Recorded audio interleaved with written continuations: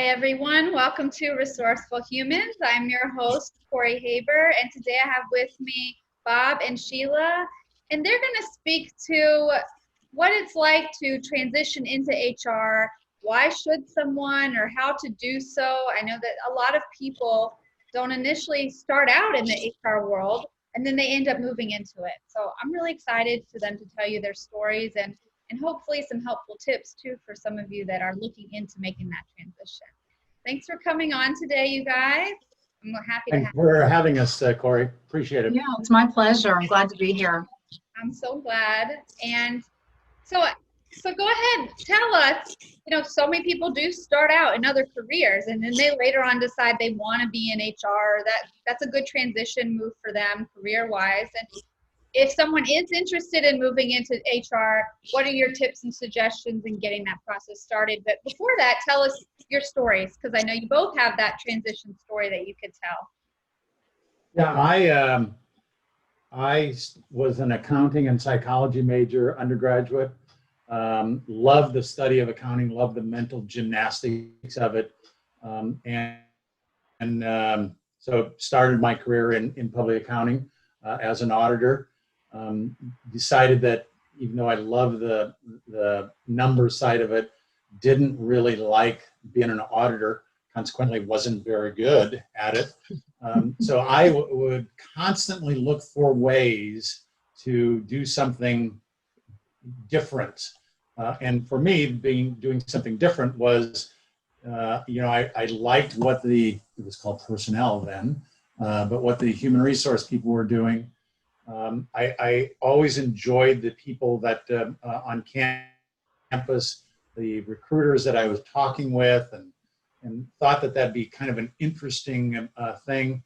So whenever there was an opportunity for me to volunteer to go to a college relations activity or help out when they were recruiting or whatever, I was the first one there volunteering for that. Also did things for them and just the human resource function outside of recruiting. They had a United Way program, and I volunteered to be the chairman of that, and just different things that put me in touch with what they were doing in the human resources side. One day, the human resource person, his name was Barry, he came out, tapped me on the shoulder and said, "Bob, we have a problem. Can you come into my office?" And Sheila, I don't know if this is your experience, but my experience is when the human resource guy makes that kind of statement, that's typically not good news. Not good. So I literally, I was looking around for a box, thinking I was going to have to throw my stuff in, and because I thought I was going to get fired that day.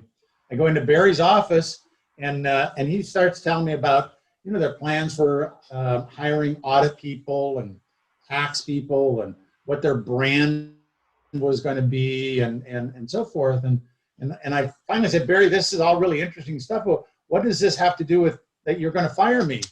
And he said, "Fire you?" He said, "I'm going to give you the opportunity to work on our recruiting function." And literally that's what launched me in my career in human resources, and never went back from that. So that's kind of my story. Sheila.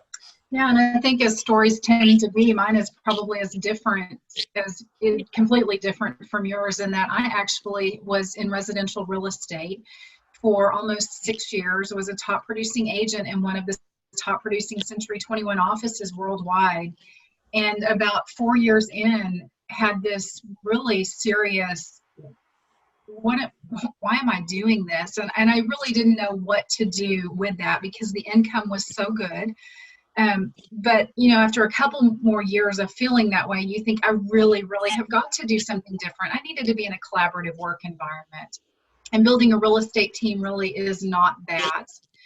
And so I actually took a career assessment that my daughter's high school guidance counselor shot home a video of, and I actually literally was staring at this video with all these very young faces on it, thinking, gosh, that'd be great for my son to take. my son. And as I was watching it one more time and looking to see if it was a fit for him, I thought, I wonder if I can take it. And I actually ended up I was able to take it. It was age irrelevant, took the profile, and then had honestly 23 top fits. And it was kind of a beautiful assessment in that it gave a day in the life of, and I did look to see if they were accurate in real estate, and they were. So I had to think that maybe they were accurate in some of the others. They had a 10-year projected job growth rate, both in my state, which is Texas, as well as across the nation. And so I was able to look at it from that perspective, as well as projected salary with that. And so I began to whittle some of those things away just by life experience. I mean, some of it I'd done and said, I've been there, done that, don't need to do that again. Some of it was by salary. I was able to whittle that away. Some of it was the day in the life of, I'm in the season, and quite frankly, I don't want this responsibility, or, this sounds much more interesting to me. But I really honed in on HR because, one, because of the people component, two, because of the strategy component, and then three, it just had the potential to get a little bit closer to where I had been income-wise, where I'm willing to stay in it for a long period of time. And there's one other piece I almost didn't mention. So I have an English degree, which means I laugh. It just means I really write really good thank you notes is what that means. But, what are you going to do with that X number of years out? What are you going to do with an English degree? Nothing. The same thing you would do with it when you graduated, right? Other than teach.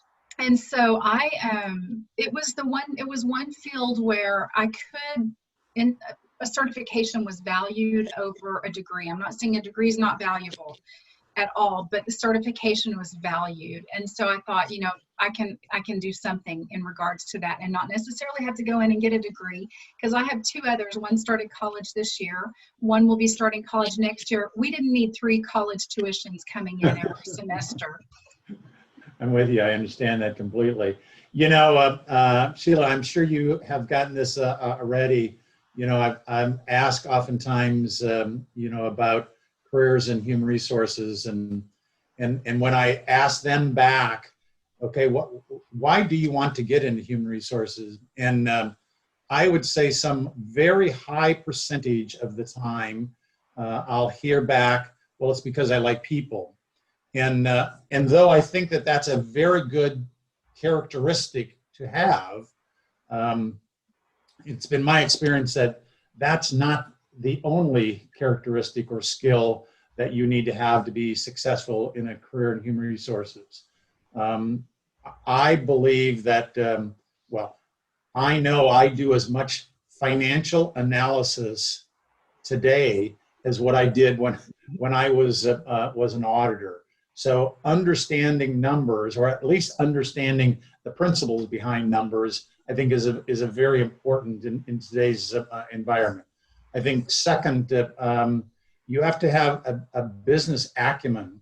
You have to understand how your company makes money so that you can help understand how you can take the people side of it and overlay it on that, how they make money to enhance whatever it is that they're doing so that they can make more money in terms of that.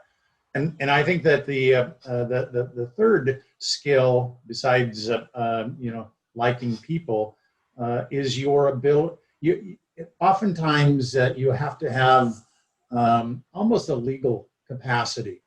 There are a lot of human resource people at my level that in fact have gone back and picked up law degrees, because today's environment, certainly in the employee relations area, certainly in the benefits area, is a very complex area. And if you don't have that kind of ability to process that information and the situations in a fairly legalistic and structured fashion, I think it's going to be more challenging to you. What do you think, Sheila? No, I agree with those things wholeheartedly. One of the things that, and I won't keep going back to real estate, but everything is changing constantly, and certainly rules and regulations. And so that, I think that applies probably to any facet of business.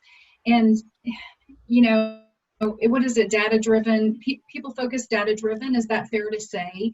And so the same thing. You know, people get into something because they feel a certain way. Well, if you get enough of that thing and you get the reality of it, it's not so necessarily Yeah. fun or pleasant anymore. So there has to be much, you do get to engage with people, but there has to definitely be more than that. Yeah. I do a podcast, not as well as Corey does, but I do a podcast that, called People in Transition. And one of the things I've had a few individuals that have been transitioning from different careers. And I had one episode not too long ago that went from fashion merchandising into a career in HR. And I'd be curious, Sheila, your thoughts on this. You can either, as I did, I started my career in major metropolitan areas with major companies and spent periods of time, significant periods of time, in each of what I would call the silos. So I did recruiting for several years and had a steady diet of that. I did compensation and did a steady diet of that. I did employee relations and so forth, versus going, and I think it's easier to do maybe in not so major metropolitan areas. I'm not saying that you can't do it in metropolitan areas, but I think it's easier to find a small, medium-sized company where you have to wear the hat, all the hats, and you're a true generalist in terms of that. Those are two, I think, very different kinds of career paths. They can end up at the same place over a period of time. But I've had that question asked of me by those people that are making that kind of transition into HR. I'd be curious, Sheila, your thoughts in terms of being that more generalist at the beginning or being more specialized. Well, and I'm in a major metropolitan area as well. And so with that, I mean, there's a level of sophistication in business when you are in those type of spaces.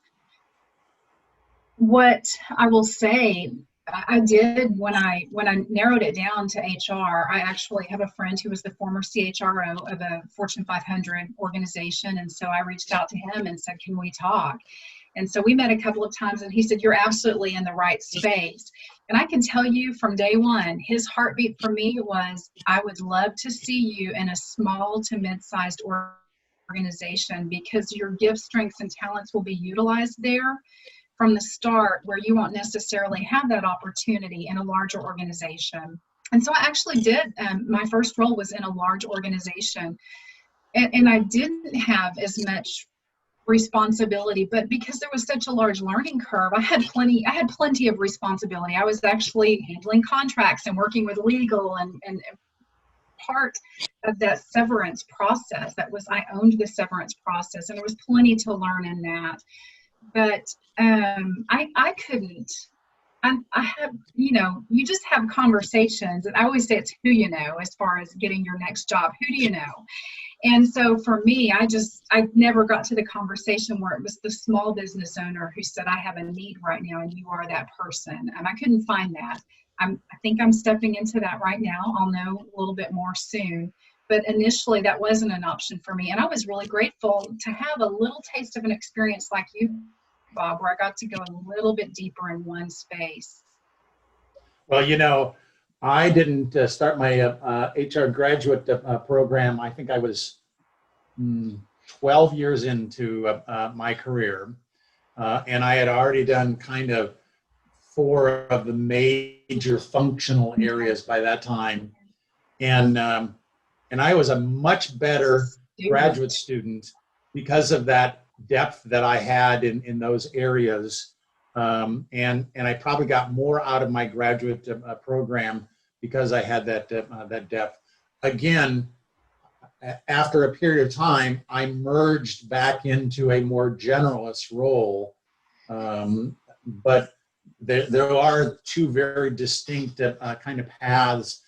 And when I'm asked in terms of it, I'm a little bit torn because they both have such richness in terms of the experience. Well, and I will say the question that everybody was asking me is, well, what in HR would you like to do? And what I could say is the one thing I don't want to do is talent acquisition. I have nothing against talent acquisition. I mean, it's vital. But one, it's real estate in a different dress.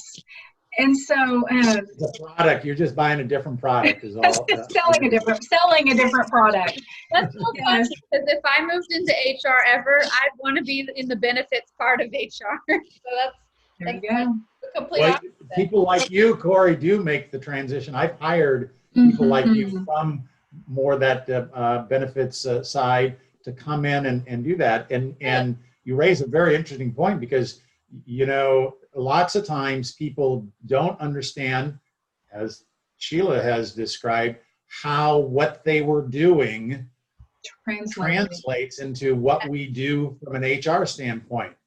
It's just called something different in other functional areas, but you're still doing some of those HR kinds of duties and responsibilities. And all you have to do is find a manager who understands that those data points that you've been dealing with in real estate can translate to very similar data points that you deal with from an HR standpoint. You still have people, you still have businesses, you still have financial issues, you still have records. Those are all things that are a part of a career in HR. And if you find someone that can understand that, how that they translate over there, I find that they make a great great match. I think it's very interesting. I have a lot of people at my level that are HR executives that are moving into operations. Really? And if you think about that, if it's doable to move from an HR executive position to an operations executive, why couldn't you move from an operations position into an HR position? So I think they're very transferable. I agree. Sorry, I didn't mean to cut you off, Sheila. You were telling us you don't want to do talent acquisitions, that's for sure. Oh, yeah, you didn't cut me off. I didn't. And so, you know, the other thing that I was told was just keep your options open. And so very much have done that. You know, my heartbeat would probably be more of an employee. If I looked at the full employee life cycle, really my goal is to get out there and educate myself, because I have such a gap as far as HR knowledge. I hadn't been sitting in an operations type position to where I was involved with those HR type conversations. So I had a huge gap. And in that, you know, the first thing was take a look at the employee life cycle from attraction to separation and what appeals to me. What I can tell you, I mean, you know, you go through life enough and you know enough people, you know that work is either really a positive thing or I'm just making it, or it's miserable. And so if I could do anything in any way, shape, or form to touch culture and speak to culture, then I knew that was my heartbeat. But again, you just show up and you're willing to do the work that's put in front of you, and you do that, except for talent attraction, talent acquisition. Funny, tomorrow on my my episode of People in Transition, I have a gentleman that his company deals with, you know, kind of the importance of culture and how do you do that, and you're exactly right. I mean, there is nothing more satisfying, I think, especially if you go, you know, into an organization that is a little bit struggling with trying to define themselves and trying to define what that culture is, and being a part of the leadership team that helps put that definition in place. And then what you need to do is to ensure that you have threads of those values and that culture in all of the areas. So in talent acquisition, in performance management, in promotions, in communications, so that it, by its sheer inertia, that culture, those values go forward. So I'm really looking forward to talking with this guy tomorrow about how how he has seen that done. But I think you've picked an interesting part of the HR field to have an interest in. I want to go back to something you said, Bob, about gosh, it just escaped me. My apologies. Well, I've said so many things, Sheila, so it's it'll come back. no problem whatsoever. It will.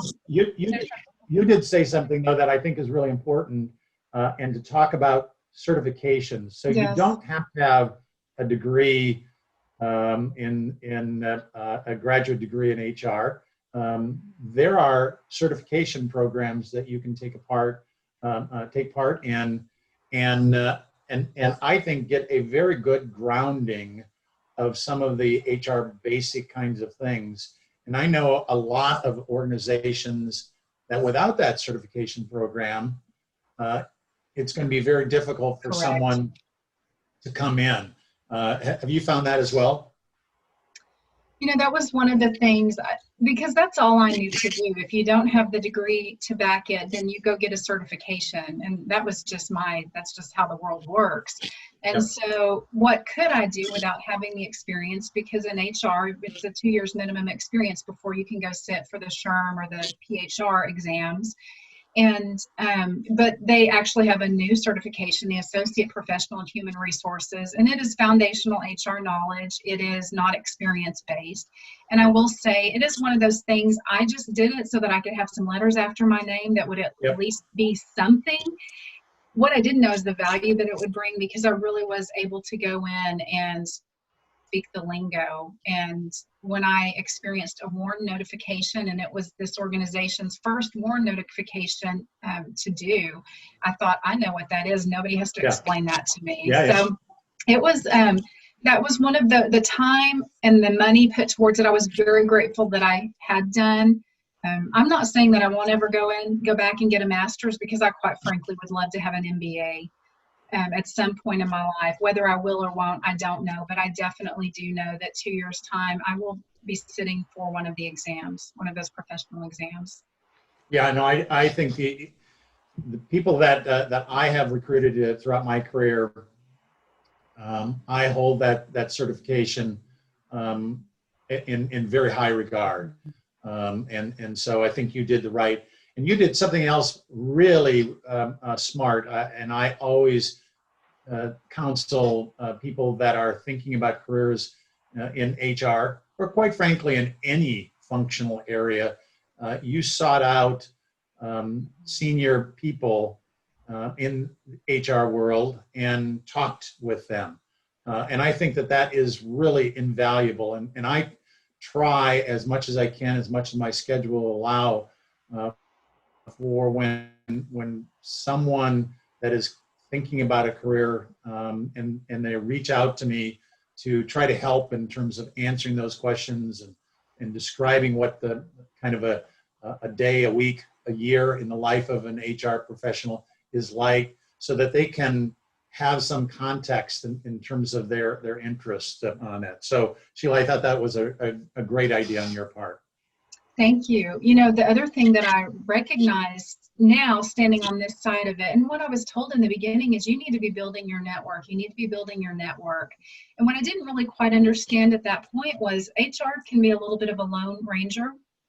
And again, depending on your circumstances, where you are, but be building your network, because you're going to have things come up that you have never encountered before, and you want to be able at a moment's notice to go, you know, I don't have the answer to that, but I can find an answer for you. And so in a very short period of time, I built a network of some very high level, executive level, large organization HR professionals. And so I'm grateful for that to this day. I can text any one of them at any time and get a response very quickly.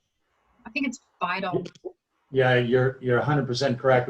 I have a fairly junior person who is our HR person for our farm, and she's still just a couple of years out in her career, and we're doing goal setting right now. And one of the goals that I set for her for next year is to find 4 other HR professionals within the area and establish that relationship with them, so that she can do exactly what you're talking about. I'm not the smartest guy in the world, but I can tell you what, I probably have one of the larger networks of contacts, and if I haven't done it, one of them surely has. And I have no problem in terms of borrowing from them shamelessly, putting my spin on it in terms of my world to solve the issue. So you're 100% correct. So I'm just going to jump in real quick here, because from someone's perspective, if someone is, and I'll be that someone on the other end listening to this, if you're looking into moving into HR, it sounds to me like the best first step would be to grow your network, get some good top-notch connections that are in the HR world right now. Then the next step would be to, really talk to them and get an idea of what each sector of HR is about. And then next would be to get that some sort of certification, correct? That's what I've gathered so far. Those are the best first steps to getting into it. And that's my only little asterisk change to that might be at the very beginning to really, and I think Sheila did a good job because she did this personal assessment. I think it's very important that you understand, whether it's HR or anyplace else, why is it that you're getting into this? And do I have the skill sets and the personality needed for that kind of roles? Because unless you've done that, I think that good self-assessment, you could be going down a path that you might not find the level of satisfaction that you're looking for. Okay, then let's add that in there to the steps. I think that's very good. That's smart. And I agree I agree wholeheartedly with you, Bob. Corey, the thing that I think that I would emphasize on is what I was going in and doing was just having conversations. I can read about you on LinkedIn and see where you've been, but let me hear the stories about your career. And so that's truly what I was doing, was just tell me your story. Do you have any recommendations for me? Essentially what you're doing here right now, just talking, having conversations. Well, that's the good thing I think about a career in HR, I've been in 9 industries in my entire career, and they are very different industries, each one of them. And I think that HR is a very transferable in terms of what we do. Again, I come back to, if you have good business skills and understand, that company and what their plan is, what their business plan is, and then you can take your prior experiences and think in terms of how those HR levers, whether it's talent acquisition or employee relations or development or whatever, how can those levers help that company achieve success in their business plan? There are not many other functional areas that are as easy transferable into other industries as HR is. There are some, but not many of them. That's true. That's true. And what I've also noticed is another transition that, just from what I do day to day, it seems to be very popular transition to move within HR, not just moving from one completely different industry or career into the HR role. But a lot of people, I've noticed, they move from one area of HR to another area of HR, and they move to a different area till they find one that they like. So there's a lot of transition within that HR area as well. And I know that, our focus here was more so how to move into it, but I think it's also important for people that are looking to move into human resources to know that there are transition opportunities within human resources once they do make that transition. Yeah, I think that's correct. Again, dependent upon, the kind of the size of the organization and the size of the HR department. But what you're talking about is something that I have coached for 40 years, which is no one manages your career as well as you can manage your career. And so you can't wait around for, someone to say, oh, Bob, I really think that you should be over here. Yeah. You need to know kind of where over here is at. And as Sheila did getting into it, You need to talk with people in terms of what it takes to do that kind of role. What am I missing? And start making those action steps so that when that opportunity is available, I'm the person that they're going to think about to fill that role. That's, I think, being proactive in managing your career. That's true in HR, finance, actuarial, science, engineering, whatever. True. You know, Sheila, I have a quick question for you. So as someone that did move, and I know, I mean, you both moved from one area to HR, but Bob, yours was such a different story. Sheila, you were kind of on a mission to move. So how do you gain attention? And it's hard. It's hard right now, especially on LinkedIn or any of these platforms. How do you gain attention from some of these top level HR executives when you're not in that industry yet, or they can clearly tell maybe that you're not maybe have as much experience as them? I mean, what do you do to get their attention, to really become friends with them and get some of their opinions and suggestions? What did you do? Well, I did have the benefit of having a friend, longtime friend, who was a senior level executive. So that was a start. Obviously, he made some connections for me, and those people made some connections for me. But another thing that I did, quite frankly, was reach out and begin joining an area SHRM organization, so Fort Worth Human Resources. I actually visited several. This is just the one that is probably the best fit for me and closer. And not only that, I began volunteering. I'm actually on the Emerging Professional Committee there. And so the thing that's been beautiful about that I've seen in this industry is that, Bob, like you and I've talked about, people tend to get in because they like people. They do the same thing in real estate, and you're like, yeah, people are going to be people, and you're not going to enjoy them. You're not going to like all the people you meet. That's exactly right.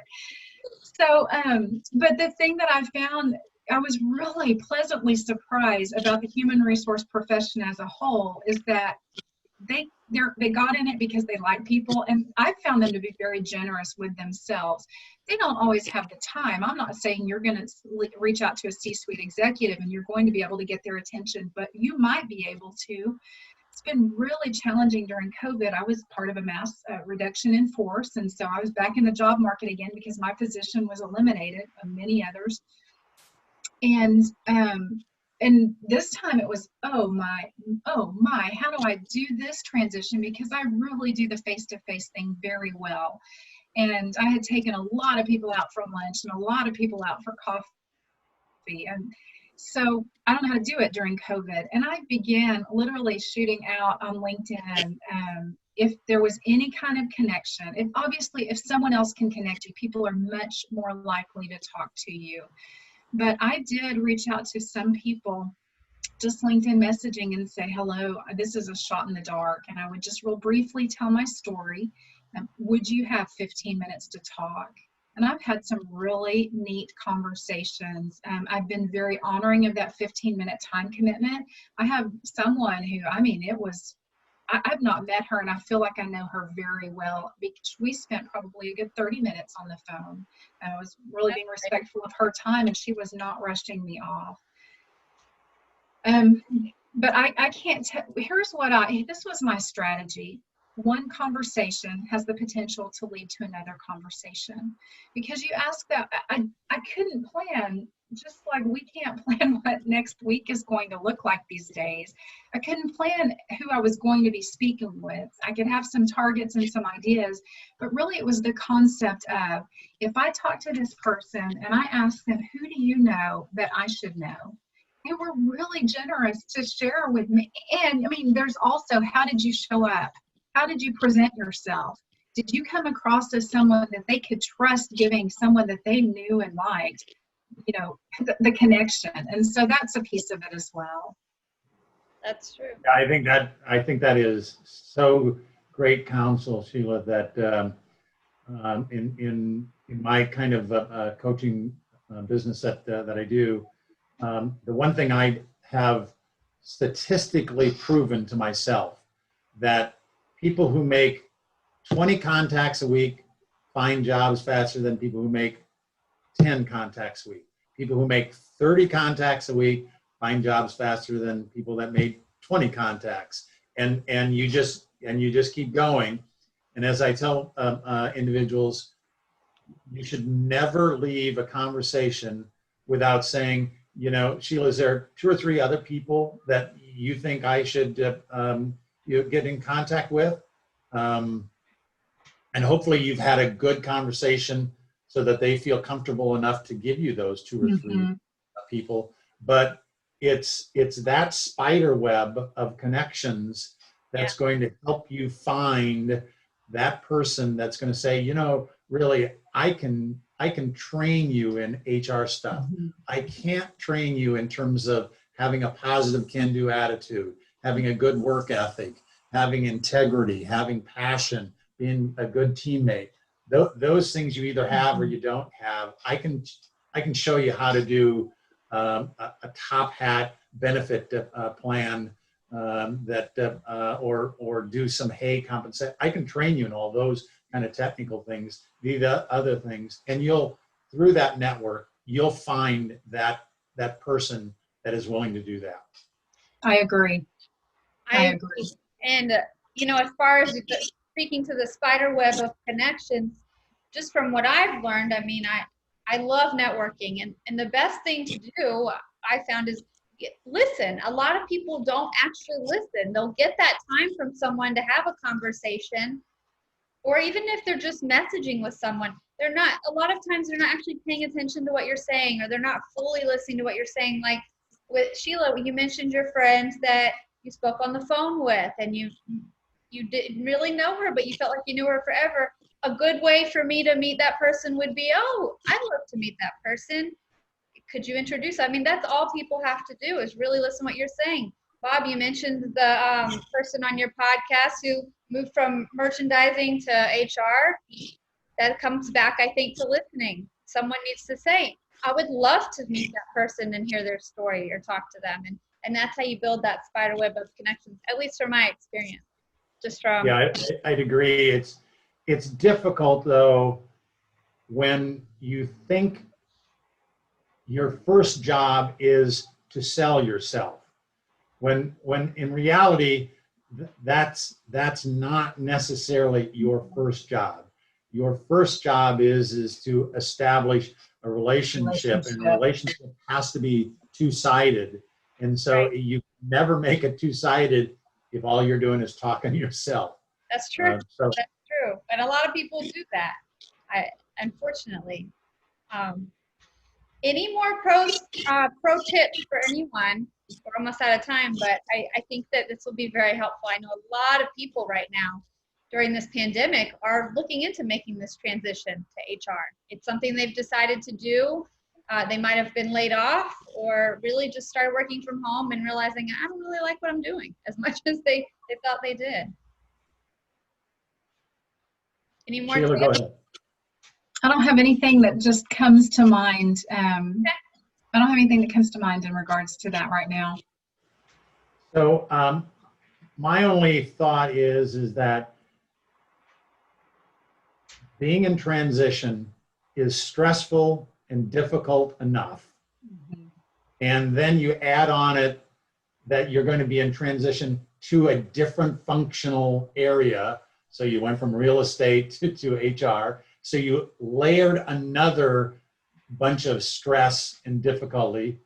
And then you layer on top of that we're doing this COVID time. all difficult stuff. Right. Here's the one thing I do know, and I believe this with every ounce in me. There is a great position out there for everyone that is willing to do the work necessary to find that great position. I believe that. I've seen it time and time and time again. It won't necessarily come easy, but it's out there. And so don't tell yourself, you know, I'm too old, or I'm starting a different industry, or COVID, or any of those other things. Those are all things you have to work through, but you can find that position. I believe it. Well said. Very well said. Yeah, I 100% agree. there's a great opportunity, position, fit for everyone. You just have to find it. So thank you so much for, both of you for coming on. You were fantastic and very helpful, and I learned a lot even, so that's good. Even before. My pleasure, and I hope it comes across both for what Sheila's done already and what I've done.